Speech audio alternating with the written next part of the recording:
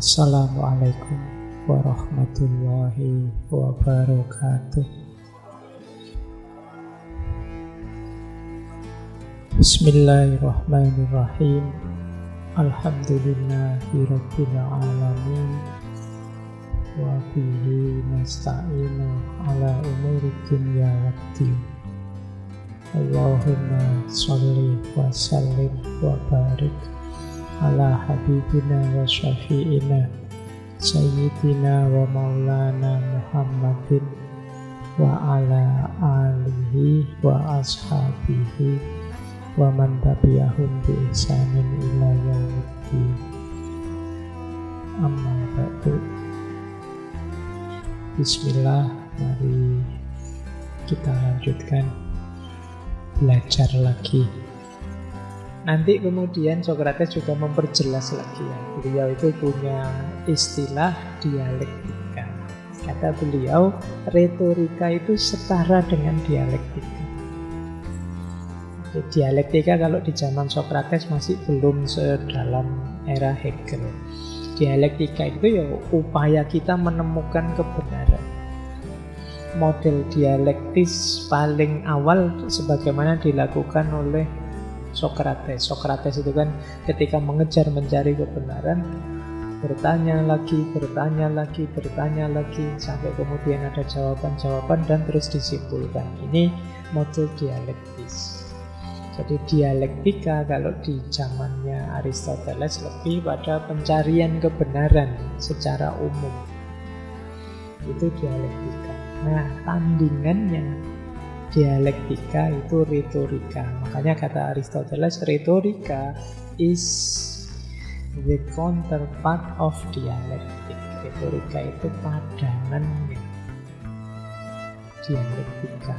Jadi yang satu mencari kebenaran, yang satu menyampaikan atau menunjukkan kebenaran yang sudah ditemukan. Yang satu tentang kebenaran yang sudah pasti. Kalau retorika tentang hal yang mungkin. Yang mungkin itu maksudnya apa? Kebenaran yang pasti tadi kan masih mungkin diterima dan mungkin ditolak oleh orang lain. Jadi dia berhubungan dengan kemungkinan. Kalau dialektika berhubungan dengan kepastian. Baik, ini untuk menegaskan saja yang memperluas bedanya retorika dan dialektika. Alatnya sekarang. Jadi kalau kita ingin membujuk orang, ada dua cara, ada dua alat, dua perangkat. Yang pertama namanya perangkat inartistik, yang kedua perangkat artistik. Kalau inartistik itu bukti-bukti di luar diri kita, bukti-bukti eksternal. Kita ingin meyakinkan orang, itu bisa dengan bukti eksternal. Misalnya, ini loh dokumennya, ini loh rekamannya, ini loh pengakuan saksinya. Ini namanya bukti eksternal. Saya tidak bohong, ini gambarnya, meskipun gambarnya sudah di-crop misalnya. Saya tidak bohong, ini videonya dipotong misalnya. Tapi ini namanya bukti eksternal. Bukti eksternal ya bisa jadi bukti dan sangat mendukung. Kalau ini tidak dibahas banyak oleh Aristoteles. Yang banyak dibahas di retorika itu bukti internal yang harus kita bereskan dalam diri kita sendiri sebagai orang yang berbicara. Disitulah nanti kita ketemu tiga unsur pembuktian internal. Ini terkenal sekali. Yang pertama logos, yang kedua ethos, yang ketiga pathos. Kalau kita mampu tiga ini, kemungkinan persuasi kita, penyampaian kita, bujukan kita pada orang lain akan diterima. Ini namanya namanya bukti artistik, bukti internal. Yuk kita bahas satu-satu ya. Ambil nafas dulu sebentar. Ini masih panjang karena satu buku harus saya rangkum di satu sesi. Apalagi sesinya agak telat mulainya karena isaknya agak malam. Saya awali ya. Yang pertama logos. Logos itu keywordnya 3. Logic, reason, and fact. Logika, nalar, dan fakta. Jadi logos itu argumen yang didasarkan pada fakta, bukti, dan nalar atau kemasuk akalan. Ini namanya logos. Cara mainnya bagaimana? Kalau kita menyampaikan sesuatu ingin diterima orang sebagai sesuatu yang masuk akal, caranya 2. Yang pertama dengan model silogisme atau istilahnya Aristoteles antimem. Antimem itu deduksi. Antimem itu nanti ada premis yang sifatnya aksiomatik. Saya pakai istilah gini, kamu nyantol apa enggak? Gini loh, silogisme itu kan contohnya gini loh. Setiap manusia mati. Saya manusia, maka insya Allah nanti saya mati. Saya enggak berani, kalau saya bilang saya sekarang mati, kamu enggak jadi ngaji. Jadi saya nanti pasti juga mati. Nah, kalimat setiap manusia mati ini kan premis yang aksiomatik. Aksioma itu ya pasti sudah nggak mungkin dibantah. Nah, antimem itu premis yang orang sudah menyepakati, itu sudah menerima itu sebelumnya.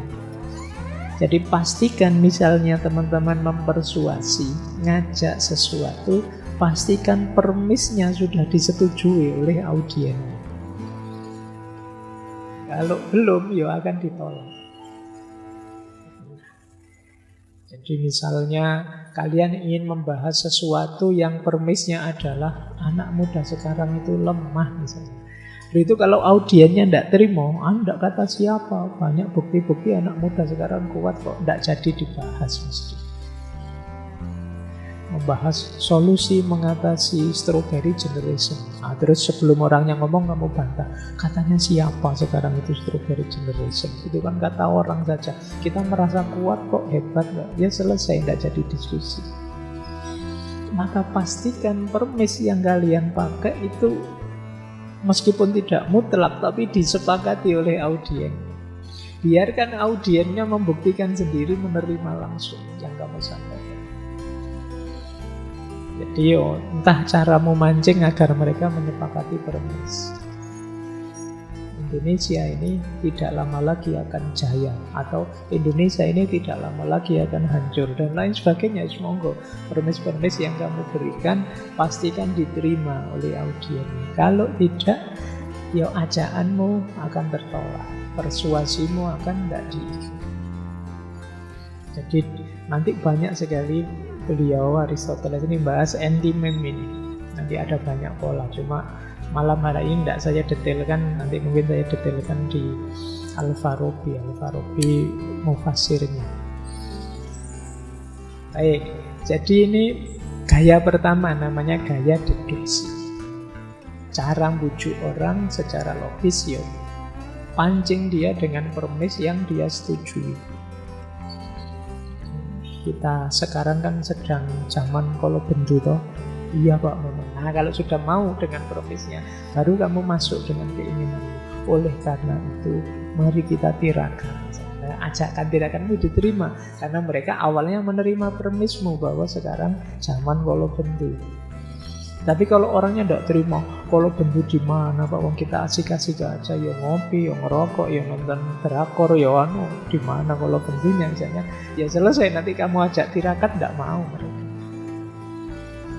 Jadi masuklah dengan antimem yang pas, dengan premis yang cocok, yang sesuai. Yang kedua, kalau tadi kan deduksi namanya. Kalau yang kedua induksi, induktif. Kalau ini lebih mudah. Kalian tidak membawa permis-permis, tapi membawa fakta-fakta. Coba lihat itu. Kemarin ada mahasiswa bunuh diri. Kamu sudah sulit kalau sudah diberi fakta begitu. Coba lihat itu kemarin waktu debat itu, Masya Allah misalnya. Kamu begitu ditunjukkan fakta, kamu bantahnya susah. Meskipun mungkin fakta itu sudah kamu crop, sudah kamu frame, sudah kamu arahkan sesuai kepentingan. Tapi yang seperti ini namanya industri. Kalau tadi dengan permis, sekarang dengan fakta kamu ajak orang untuk menerima. Coba lihat itu, sakit kan dia sekarang, makanya kayak gini namanya mancing dengan fakta, membuat orang ikut persuasi. Inilah logos. Itu di situ saya tadi nggak sengaja baca, itu ada kalimat menarik. 80% penulis yang diwawancara mengatakan mereka menulis setidaknya 4 draft kasar sebelum menerbitkan tulisan. Ini mungkin bisa ya, bisa tidak. Tapi begitu ngomong, ini loh hasil penelitian itu kan kamu cenderung percaya. Itu fakta. Meskipun faktanya ini yang diwawancara siapa, yang ditanya siapa, penulis yang mana, kan kita tidak tahu. Tapi kalian kalau ada pernyataan sebuah penelitian menyebut, itu kalian sudah nganggap itu valid, mesti penelitian kok. Kamu mesti sudah begitu. Itulah dikjayanya fakta. Maka kalian boleh masuk berretorika agar kebenaranmu diterima, bisa secara deduktif, bisa secara induktif. Bisa kamu masuk dengan permis-permis yang disepakati diterima, bisa juga kalian masuk melalui fakta-fakta, contoh-contoh konkret. Ini yang pertama. Jadi pintu pertamamu untuk bisa mempersuasi orang adalah logos. Pintu kedua, untuk kalian bisa masuk dipercaya orang, pernyataan kebenaranmu diterima adalah etos. Kalau etos ini keywordnya 3, kredibilitas, credibility, trust, kepercayaan, otoritas. Jadi bentuk dirimu jadi orang yang punya kredibilitas, bisa dipercaya dan punya otoritas. Etos ini kalau tadi dasarnya logika, kalau ini dasarnya karakter. Tampillah di depan audiens sebagai orang yang bisa dipercaya, punya kredibilitas. Ya kalau kamu di circlemu sendiri yang kamu bergaul lama di situ, ya tunjukkan bahwa kamu ini orang baik, bisa dipercaya. Itu namanya aspek etos. Ya seperti Rasulullah zaman sebelum jadi nabi di Mekah itu kan beliau sampai digelari Al-Amin karena saking baiknya karakter beliau, bisa dipercaya, jujur. Nah, orang yang etosnya tinggi itu biasanya kadang-kadang ngomong apa saja diterima oleh masyarakat. Apalagi kalau sudah dicap punya otoritas kebenaran, apa saja yang diucapkan akan diterima. Itu karena dayanya etos ini. Kadang-kadang tidak logis pun bisa diterima, tidak masuk akal pun bisa diterima. Itu kenapa? Ada etos yang masuk. Ya misalnya itu saya kasih contoh, kadang kan kalau ngajar gitu saya awali dengan saya jadi dosen sudah 20-an tahun lebih. Jadi mahasiswanya kan langsung, senior banget ini, mesti ilmunya sudah tinggi, pengalaman itu. Begitu saya bikin kalimat ini, mahasiswanya kan langsung percaya. Ini namanya etos. Kamu dianggap punya kredibilitas. Kalau kalian masuk dengan etos mungkin lebih mudah untuk mempersuasi. Kata Aristoteles ada 3 aspek untuk membangun kredibilitas. Yang pertama kecerdasan, yang kedua karakter yang baik, dan yang ketiga niat yang baik. Jadi untuk membangun kredibilitas, pertama bangunlah kecerdasan. Cuma kalau kalian baca bukunya Aristoteles, kecerdasan di sini mungkin maknanya lebih pasnya kebijaksanaan. Jadi kebijaksanaan itu tadi, audien melihat kita sebagai orang yang bijaksana. Biasanya secara umum dilihat antara yang diomongkan apa, yang kita lakukan selama ini apa. Ini pronesis, kebijaksanaan praktis. Orang tidak hanya melihat apa yang kita omongkan, tapi juga melihat apa yang selama ini kita lakukan. Kalau kita biasanya pemarah, ngamuan, terus tiba-tiba menasihati teman kita, sabar ya. Itu kan temanmu tidak percaya belas mesti. Kok dapuranmu nyuruh orang sabar, kamu sendiri ngamuan gitu. Jadi ini namanya pronesis. Jadi kebijaksanaan praktis. Jadi orang akan menyambungkan kenyataan dirimu dengan apa yang kamu ajak. Kamu sholat 5 waktunya bolong-bolong, tiba-tiba ngajak, yuk kita berbanyak tahajud. Wah, ketawa nanti audiennya. Ya, itu namanya kecerdasan. Yang kedua, karaktermu secara umum harus baik. Citramu di tengah audien harus positif. Karena begitu audien menganggapmu negatif, ini tidak perlu ditiru, ya selesai. Di karakter yang mulia. Yang ketiga, tunjukkan niat baik. Niat baik itu kepedulian dan persahabatan. Tunjukkan bahwa aku bagian dari kalian. Aku ingin kalian jadi baik. Aku peduli loh dengan diri kalian. Ini entah cara kalian ambil strateginya gimana, tapi pastikan audiennya merasa, wah ini kelompok kita.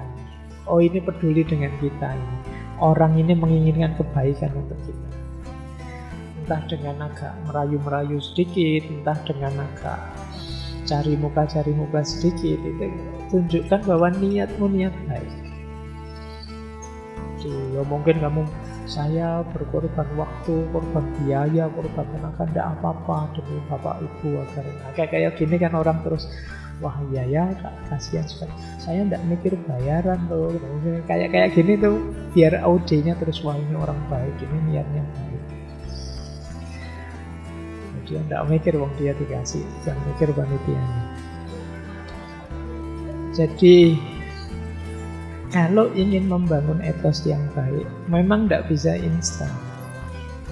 Karena berhubungan dengan citra kualitas diri selama ini. Tapi kan kalau saya ngomongnya di luar circle Pak, yang jauh dari kebiasaan, ya orang ngundang kita, memberi ruang kita untuk bicara di ruang mereka, itu pasti karena citra kita. Kalau citra kita negatif, ya kemungkinan ruang kita tidak akan diberi oleh mereka untuk kita menyampaikan kebenaran yang kita inginkan. Maka selain logos, membangun nalar, kita juga harus membangun karakter. Kalau kita tidak bangun karakter yang baik, ya, kalau citra kita sudah rendah di hadapan audien, persuasi kita tidak akan didengarkan, ajakan kita tidak akan diterima oleh mereka. Siapa kamu kok berani-beraninya nyuruh kita, berani-beraninya ngajak kita, meskipun yang kita omongkan baik atau benar saja. Ini yang kedua, namanya etos. Yang ketiga adalah pathos. Nah, kalau pathos keywordnya 3. Yang pertama emotion, yang kedua belief, yang ketiga common experience. Jadi emosi, kepercayaan, dan pengalaman yang sama, Kalau pathos ini di audiennya. Kalau ethos tadi kan di kita. Maksudnya apa? Pathos itu kita berargumen dengan membangkitkan emosi atau rasa audien. Gimana caranya? Audien itu emosinya kita arahkan sesuai yang kita inginkan. Itu namanya pathos. Saya ngomong kayak gini, biar kamu tersinggung terus ikut bantu saya melawan orang itu. Ya, terus sukses membuat dia tersinggung, berarti kita pinter dalam aspek pathos. Jadi kita bisa membangkitkan emosinya, kita bisa mancing rasa dia. Itu biasanya orang bisa membangkitkan emosi itu kalau dia sendiri juga punya common experience. Mari kita bangkit melawan. Ini kita sama-sama ditindas ini. Sama-sama ditindas itu kita punya pengalaman yang sama. Saya marah. Masa Bapak Ibu tidak marah kalau situasi itu? Itu kan terus terbangkitkan emosinya. Ini namanya pathos.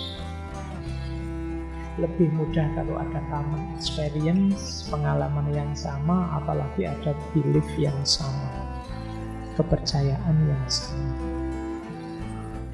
Ini kemampuan pathos ini biasanya ya teman-teman harus latihan. Atau misalnya ini yang di banyak tulisan disebut, misalnya untuk membuat orang emosinya hanyut, kita bikin cerita-cerita. Atau membuat orang gembira, ya kita bikin humor-humor, dagelan-dagelan. Ini kemampuan pathos, kemampuan bermain dengan emosinya audien. Kita ingin mereka marah, ya kita bisa mengarahkan, mempersuasi mereka untuk marah. Kita ingin mereka gembira, kita bisa menggembirakan mereka. Ini pathos. Jadi selain membangun karakter kita harus jeli memainkan pathos, perasaan mereka. Nanti ada banyak sekali bab yang Aristoteles menjelaskan emosi-emosi yang penting jadi perhatian kita. Jadi di catatan saya itu saya gabung karena masing-masing isu ada satu bab sendiri, satu bagian.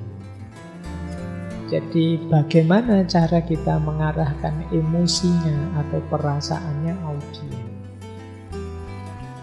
Ada kemarahan, ada ketenangan. Kalau kita ingin mancing kemarahan, kata Aristoteles, ya ingatkan saja kalau ada fakta atau fenomena yang menghinakan mereka. Ya kayak tadi loh, kita ini dijajah ini, kita ini ditindas ini, wah kita dibohongi ini. Kayak gini itu mudah membuat orang marah. Jadi ngajak marah itu gampang. Ini gaya provokatif. Diprovokasi, mesti dipanas-panasi untuk mudah marah. Nah, lawannya kemarahan, ketenangan. Kalau ingin membawa pada ketenangan, ya tunjukkan sebaliknya. Iya sih, kita pernah disakiti, tapi tidak apa-apa. Mereka sekarang sudah tobat, sudah jadi orang baik. Tidak seperti dulu lagi, manusia ya berubah. Ini orang terus jadi tenang. Atau pakai gaya stoik. Gaya stoik kan wajar di dunia ini ada orang baik, ada orang jahat. Ya kebetulan kita sedang berurusan dengan orang jahat. Biasa sajalah, akan selalu ada orang jahat di dunia ini. Gaya-gaya stoik untuk mancing ketenangan. Jadi tidak apa-apa, tidak usah marah, tenang saja. Nanti Gusti Allah membalas. Ini kalian harus bisa menegakkan ketenangan, bisa juga mancing kemarahan. Itu orang yang retorikanya canggih. Yang kedua, ada persahabatan, permusuhan. Secara umum kata Aristoteles begini, untuk menjalin persahabatan tunjukkan kita punya banyak kesamaan. Jadi kita punya pengalaman, punya tujuan, punya keinginan yang sama dan bisa kita wujudkan bersama-sama, itu akan mudah jadi teman.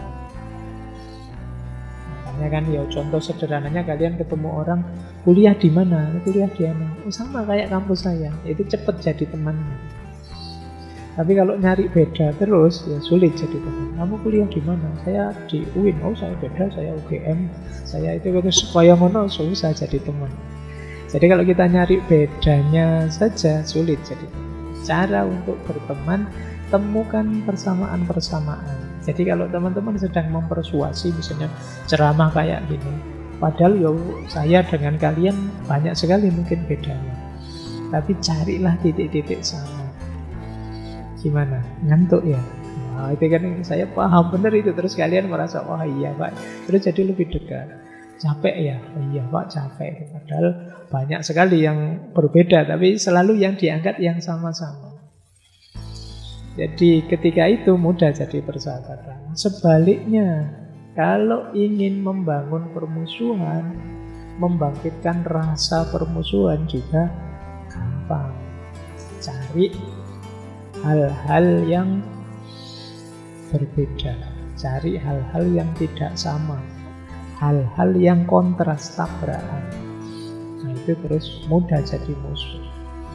Ya kalau kita mempersuasi bukan untuk memusuhi kita ya, kita cari musuh. Kata Aristoteles, untuk permusuhan kok seandainya sulit kita membangkitkan rasa permusuhan, kata Aristoteles, cari musuh bersama. Nah, itu lebih mudah. Jadi ini orang kok gegeran terus, musuhan terus, tidak bisa rukun. Nah cara merukunkan apa? Cari musuh bersama. Kalau ada musuh bersama, rukun juga. Nah ini strategi untuk membangkitkan rasa permusuhan. Jadi rasa permusuhan itu, saya membenci ini atau membenci itu caranya ya carikan yang beda. Kalau tidak ada sama sekali ya cari musuh bersama. Itu akan lebih mudah. Ada lagi yang lebih efektif apa? Ketakutan. Orang itu biasanya kalau sudah ketakutan itu mudah dipersuasi. Takut rambutnya putih kayak saya itu, terus kamu repot nyari semir lah, nyari apalah, ketakutan. Terus iklan-iklan penghitam rambut terus jadi menarik bagi kalian. Takut gemuk, wah, nanti kamu beli iklan-iklan teh pelangsing, iklan-iklan gitu terus jadi menarik buat kalian. Jadi ketika kalian ingin mempersuasi orang, coba perhatikan apa ketakutan mereka, akan lebih mudah mempengaruhi. Jadi ya manusia ya secara natural selalu punya ketakutan. Ada ketakutan yang universal, misalnya takut nggak punya duit misalnya. Nah itu universal, bisa kalian mainkan. Hati-hati loh dengan kelompok ini. Kalau kalian ikut kelompok ini habis duitmu. Itu orang, oh iya ya, karena ketakutan kehilangan uang itu universal. Jadi mainkan ketakutan itu ya kalian akan bisa unggul. Kebalikannya ketakutan itu percaya diri. Kalau takut tadi, gambarkan ada bahaya yang mau datang. Kalau percaya diri, gambarkan enggak, masih jauh, aman, tenang saja. Tadi kamu takut kegemukan, santai saja, kamu masih langsing, luar biasa kok. Aman sudah, itu kan percaya diri sudah dia. Cari saja kebalikannya, wong itu banyak urusan mindset saja, cara berpikir.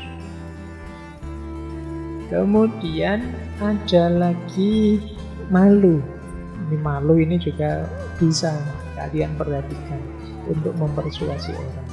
Setiap orang ingin kehormatan, ingin reputasi.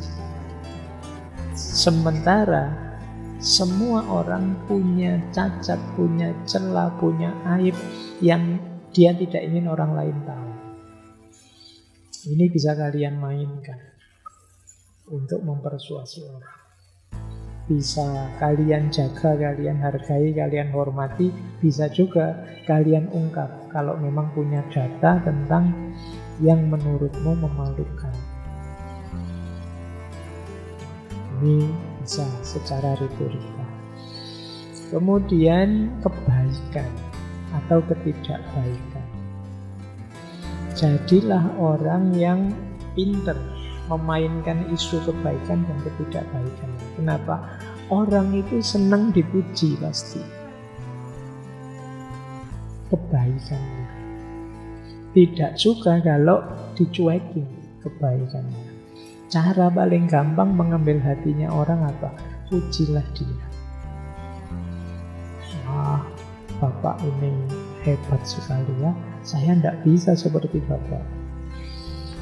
Jadi, maksudnya tidak bisa itu bisa multitafsir. Tapi begitu dibilang gitu kan hatimu besar. Kamu senang. Saya sudah umur sekian, kalau kalian masih muda sih, masa depanmu masih cerah, wajahmu kan kelihatan bercahaya semua. Kamu dibilangin gitu kan, wah luar biasa. Padahal mungkin ya basa-basi. Kan sering kita dalam pergaulan, tapi kan kita senang. Kita tahu itu basa-basi, tapi kan kita senang. Lama tidak ketemu, kelihatan tambah cakep saja ya. Padahal itu ya jelas basa-basi, tapi ya kamu kan hatimu mengembang, wah tambah cakep tadi ternyata. Jadi itu manusia senang dipuji. Jadi cara mengambil hatinya orang itu gampang, pujilah dia. Jadi kalau ada temenmu nilainya bagus, wah alhamdulillah ya kamu nilainya bagus, luar biasa. Kalau ada temenmu nilainya jelek, wah kamu kuat sekali ya, tabah sekali ya. Saya tidak bisa setabah kamu. Kalau saya mungkin sudah stres, tapi kamu hebat loh hitungannya. Wah, salut aku. Ini kan orang itu senang sudah kalau begitu. Jadi ya jangan pelit pujian. Tapi ada kalanya mungkin kamu ingin menjatuhkan, menjelekkan, ya abaikan kebaikannya. Selesai sudah, dia mungkin drop sudah kalau begitu. Demikian juga dengan belas kasihan. Jadi ini kalau berhadapan dengan orang yang mengalami penderitaan. Misalnya kalian berhadapan dengan orang yang susah atau mengalami penderitaan, ada dua hal yang bisa kalian lakukan. Yang pertama peduli, yang kedua cuek. Mungkin saja, ya kalau peduli jelas mereka menderita, tapi ada kalanya kalian harus bergaya cuek, karena mereka sudah susah menjengkelkan lagi. Nah, itu kalian agak cuek gimana gitu. Itu penting untuk aspek persuasi biar mereka sadar. Ini gaya-gaya bermain dengan emosi. Kemudian ada kekaguman dan kecemburuan. Kecemburuan itu rasa iri. Ya, kayak tadi loh, pujilah orang, kagumi kehebatannya, orang akan senang ikut dengan kita. Atau bangkitkan rasa iri kalau mereka belum baik. Kalian kok tidak seperti mahasiswa saya yang di sana ya. Kalau yang di sini pasif semua. Itu membangkitkan rasa iri, itu mereka akan tergerak. Kok tidak seperti di tempat asal saya ya, di Jogja ini terlalu. Nah, itu kalian kan tidak terima digituin, terus ingin bergerak. Jadi kekaguman dan rasa iri bisa kalian mainkan. Inilah pathos.